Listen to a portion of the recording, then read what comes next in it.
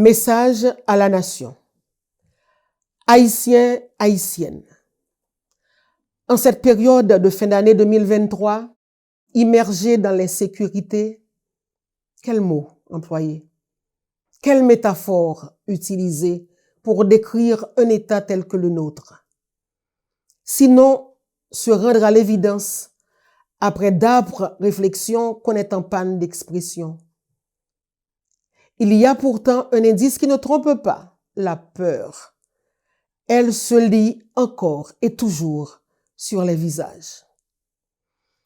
Naguère, les fêtes de fin d'année voulaient tout simplement dire des moments de rencontres merveilleuses. Ils suscitaient la chaleur, l'euphorie, l'excitation, le plaisir, le tout auréolé de sérénité. Et les concitoyens, les concitoyennes s'y préparaient à cœur joie. Ils, elles, se partageaient les recettes de grand-mère. Le voisinage signifiait la convivialité, la solidarité et le vivre ensemble. Chacun, chacune vaquait librement à ses activités et se partageait des vœux. Ce temps est-il définitivement révolu? En dépit de tout, à l'aube de la nouvelle année, période traditionnellement consacrée au partage des vœux et des engagements nouveaux à prendre pour laisser derrière soi l'année qui s'achève, le parti Fusion se tient debout, inébranlable, imperturbable, pour souhaiter à ses frères et sœurs haïtiens et haïtiennes, aux fusionnistes, au peuple haïtien du courage, de la persévérance et de la santé pour continuer à vivre et à espérer des lendemains meilleurs pour notre cher Haïti, ce seul bien que nous avons tous et toutes en héritage. Malgré nos différends, l'esprit des aïeux doit rester vivant dans la mémoire collective. Rappelons-nous toujours qu'ils se sont surpassés en mettant de côté leur position quasi irréconciliable pour affronter le danger commun. L'insurrection des esclaves, le revirement de Toussaint, la bataille de Vertières ont culminé en fin de compte à la geste sublime de 1804.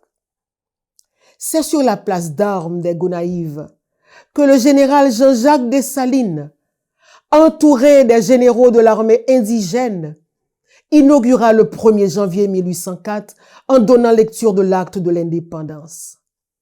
Le début du texte notifie au monde esclavagiste que l'espace, autrefois Saint-Domingue, n'est plus un État colonial. D'entrée de jeu, par cette lecture fracassante, il affirma sa volonté de fonder un État dont le nom est Haïti.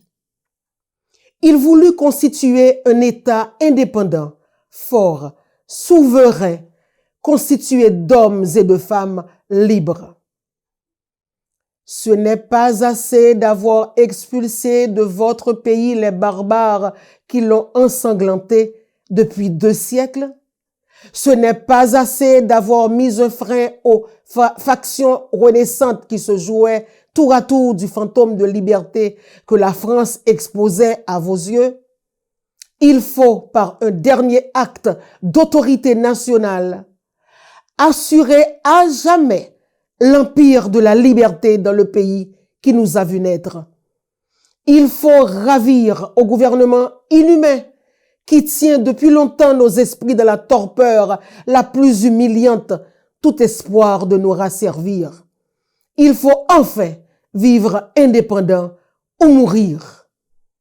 Frères et sœurs haïtiens, haïtiennes, ce 1er janvier nous ramène à 220 années d'histoire. Qu'avons-nous fait de ce coin de terre? Avons-nous le sentiment d'avoir parachevé l'ouvrage? Les Haïtiens et les Haïtiennes se glorifient toujours d'un passé merveilleux, en s'y enfermant dans une fixité. Comme si, à part ce seul point de repère, la société s'était arrêtée net. Tout se passe comme si les différentes générations haïtiennes étaient incapables de produire des réflexions et des actions pour aller au-delà des crises qui interviennent dans une récurrence fatale et entravent notre épanouissement régulier en tant que peuple. À ce compte, hormis quelques éclaircies, notre histoire se résume à des coups dans le dos, à des complots, à des assassinats, à des coups d'État, tant il est vrai que des historiens parlent de crise à répétition. Depuis environ une quarantaine d'années, la société est confrontée à une crise multidimensionnelle. Toute la superstructure en pâtit. Et plus que ça, elle est monétaire, elle est écologique, par la coupe immodérée des arbres, par la déforestation, par la mauvaise gestion des détritus, par le type d'habitat érigé de manière précaire et arbitraire. Elle est territoriale, elle est migratoire. La crise nous atteint de plein fouet dans tous les domaines et à tous les niveaux. Cette manifestation, certes, n'est pas spécifique à Haïti. Toute société connaît de ces moments passagers. Ce qui veut dire qu'une crise est transitionnelle. Elle indique le passage d'un état à un autre. Cela étant, la crise est nécessaire, voire utile. Et dès qu'on en parle, il y a nécessairement deux étapes. Premièrement, l'étape critique qui correspond à un dérèglement, un bouleversement, un effondrement. Deuxièmement, l'autre correspond à une refondation, à une réforme. Chez nous, au regard de l'étape critique, comment se présente le tableau? Qui ne se rend pas compte d'un pays en situation difficile, où le phénomène d'insécurité constitue le fléau majeur?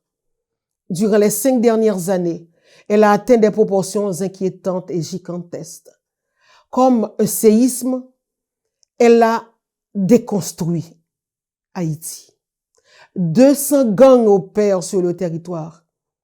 Ils disposent d'une puissante force de frappe avec des armes en moyenne supérieures à celles de la police nationale, la seule force légale constituée. Les gangs occupent des artères importantes qui relient les départements de sorte que la circulation des personnes et des biens devienne difficile, voire périlleuse.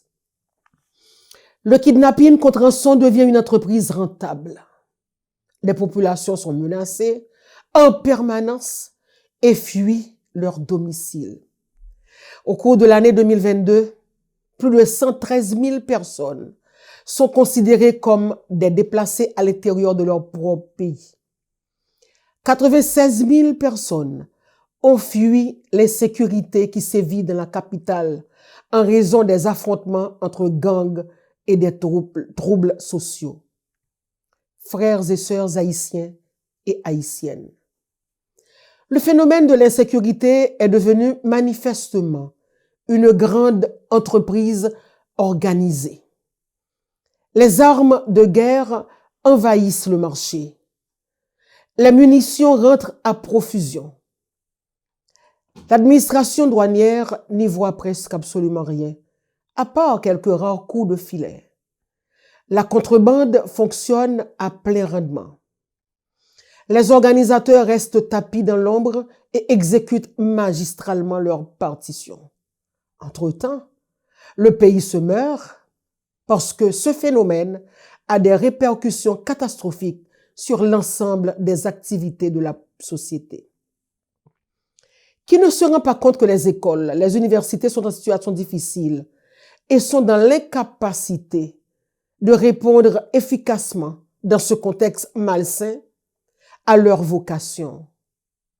En aucune manière, les écoliers, les étudiants ne sont pas disposés à l'apprentissage.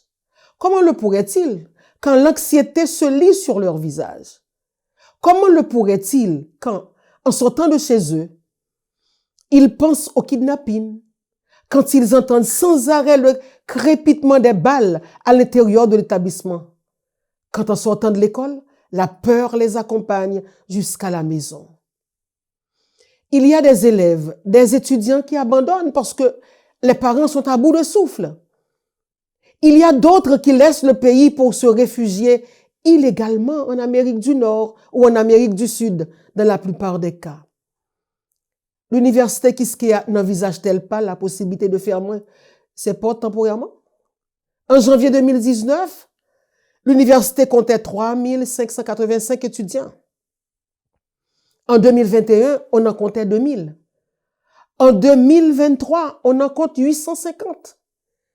L'éducation s'est dégradée considérablement. Qui ne se rend pas compte de la destruction de notre économie? La création de la richesse demeure toujours un vœu pieux. La quantité réelle de biens et de services pour 2023 a encore chuté d'environ 1,5%, marquant successivement une 5e année de ralentissement de l'économie haïtienne. Une situation économique marquée par un taux d'inflation à plus de 30% pour l'exercice de 2023 et grandement influencée par la hausse des prix de produits de première nécessité, surtout les produits alimentaires, et les dérèglements des chaînes d'approvisionnement. Les exportations ont connu une baisse sans précédent, perdant ainsi environ 25% de leur valeur nominale par rapport à 2022. En dépit d'une certaine démonstration de performance dans la collecte des recettes de l'État, la capacité de collecter des administrations fiscales et douanières demeure plutôt limitée en raison des conditions sécuritaires trop précaires. Au niveau du secteur agricole, les denrées déjà sous la proie des conditions de production calamiteuses, les pratiques agricoles précaires, le déficit des canaux d'irrigation, les conditions météorologiques défavorables, etc., par les agriculteurs qui deviennent plus rares, les moyens de transport atteignent difficilement la capitale en raison du contrôle des axes routiers par les bandits. L'importation des denrées de première nécessité est tout aussi compliquée en raison de la volatilité au niveau mondial des denrées alimentaires et de l'énergie. Une fois sur place, pour faire sortir un conteneur au niveau de la douane, il faut compter aussi avec les bandits. Haïti est classé parmi les pays de la planète ayant un taux d'insécurité alimentaire le plus élevé, avec environ 4,5 millions de personnes, près de la moitié de la population totale, dans le pays qui serait en situation d'insécurité alimentaire grave. Par ailleurs, plusieurs entreprises de tous les secteurs d'activité économique ont dû réduire considérablement leurs activités, pendant que d'autres ont tout simplement cessé de fonctionner en délocalisant leur production en dehors du pays. L'industrie hôtelière est gravement atteinte. Waoubé, Ouangabé, 2 hôtels localisés sur la côte des Orcadins sont attaqués, saccagés et pillés. Selon des rapports récents, environ 100 millions de dollars d'investissements touristiques sont livrés à la merci des gangs armés. Les grandes et les moyennes entreprises, et en général toutes les maisons de commerce, connaissent le même sort. Les installations des moulins d'Haïti, situées non loin du port Lafito, à la sortie nord de Port-au-Prince, ont été vandalisées. Près d'une 50aine d'individus lourdement armés, arrivés par la mer à bord de bateaux à moteur, ont pris le contrôle de la zone. Les locaux de la cimenterie nationale à Font-Monbin, sur la route nationale numéro 1, ne sont pas épargnés. Qui ne se rend pas compte des luttes politiques de basse intensité pour la prise du pouvoir? L'assassinat du président Jovenel Moïse a empiré la situation politique davantage. Volontairement, il n'avait pas organisé les élections législatives, municipales comme l'exige la Constitution. Quelques jours avant sa mort, il avait nommé un premier ministre qui est actuellement en exercice. Une frange de l'opposition politique s'acharne a demandé son départ alors qu'il n'existe aucun mécanisme constitutionnel qui permet de le remplacer. Alors que le dialogue et le dépassement de soi auraient pu conduire à une entente conviviale, certaines personnalités utilisent l'arme de la manipulation pour occuper le pouvoir. L'intransigeance de certaines qui croient avoir le monopole de la vertu conduit à des prises de position irréconciliables. Haïti ne peut se construire dans le rejet de l'autre. Elle doit se construire dans l'altérité. La vraie altérité n'est pas d'universaliser nos propres valeurs, mais d'aller à la rencontre de la différence des autres. Qui ne se rend pas compte que les institutions républicaines sont toutes frappées? La police nationale d'Haïti, dont la devise est « protéger et servir », est vidée de ses policiers, gangrénée par la corruption et sous-équipée en armes et en munitions. Ce qui veut dire qu'elle ne parviendra pas seule à reconquérir les territoires perdus, à ramener le climat de sécurité et de paix tant souhaité par la population. La justice n'est pas épargnée. D'autres institutions telles que les groupes politiques, les médias, les églises s'entre-déchirent et se livrent à des luttes stériles. C'est dans ce contexte d'anarchie que le gouvernement a sollicité le déploiement d'une force multinationale. Le Conseil de sécurité des Nations Unies a autorisé la création et le déploiement d'une mission internationale d'appui à la sécurité. La résolution autorise les États membres à fournir un appui opérationnel à la police nationale d'Haïti, notamment pour renforcer ses capacités par la planification et la conduite d'opérations communes d'appui à la sécurité. Un appel de la fusion aux forces politiques et économiques, aux organisations de la société civile, aux compatriotes de la diaspora, aux hommes et femmes de la pensée constructive s'impose. Que proposer pour une refondation? Frères et sœurs haïtiens, haïtiennes, la refondation, c'est l'autre étape de la crise. Le mal qui fait ravage en ce moment n'est autre que l'insécurité. Il faut la combattre par tous les moyens. La force de police n'est pas en mesure de la faire toute seule, compte tenu des problèmes actuels liés à son fonctionnement. Le déploiement d'une force multinationale est nécessaire dans la lutte contre le grand banditisme. Au-delà de l'insécurité, il nous faut parvenir à un avenir meilleur et durable pour les Haïtiens et les Haïtiennes. Nous devons répondre aux défis auxquels nous sommes confrontés, tels la pauvreté, l'inégalité, la justice, l'éducation à deux vitesses, la dégradation de l'environnement, les élections, etc. Pour ce faire, la stabilité politique est indispensable. Ce qui nous aurait amené à faire un choix économique clair, capable d'intégrer le secteur agroalimentaire, l'éducation, l'économie de biens et de services. La fusion appartient à cette école politique qui prône le dépassement des clivages. C'est la voie idéale pour construire positivement. N'est-il pas venu le temps pour notre génération de marquer la différence et de dégager les comportements et les attitudes nouveaux à l'effet de bien cerner les contours de ces circonstances nuisibles pour les dépasser et voir plus loin? Dans l'histoire de notre pays, il y a une date sacrée. Elle est celle qui a vu deux groupes rivaux dépasser leurs querelles pour s'engager dans une alliance stratégique ayant conduit à la rupture des liens coloniaux avec la France.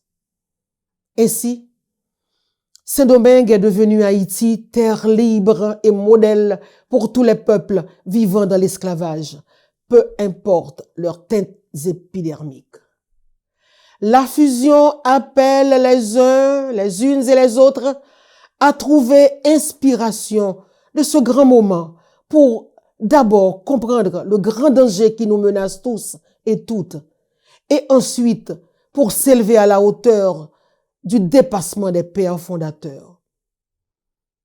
La fusion lance un vibrant appel patriotique aux forces politiques et économiques, aux organisations de la société civile, aux compatriotes de la diaspora, aux hommes et femmes de la pensée constructive pour la mise en place d'un projet national dans l'intérêt de la population. Se donner la main est la seule alternative qui nous reste. Frères et sœurs haïtiens et haïtiennes de la même patrie, la fusion partage avec vous son vœu le plus ardent à l'aube de la nouvelle année 2024. Mettons-nous ensemble pour rebâtir Haïti, notre seul bien commun.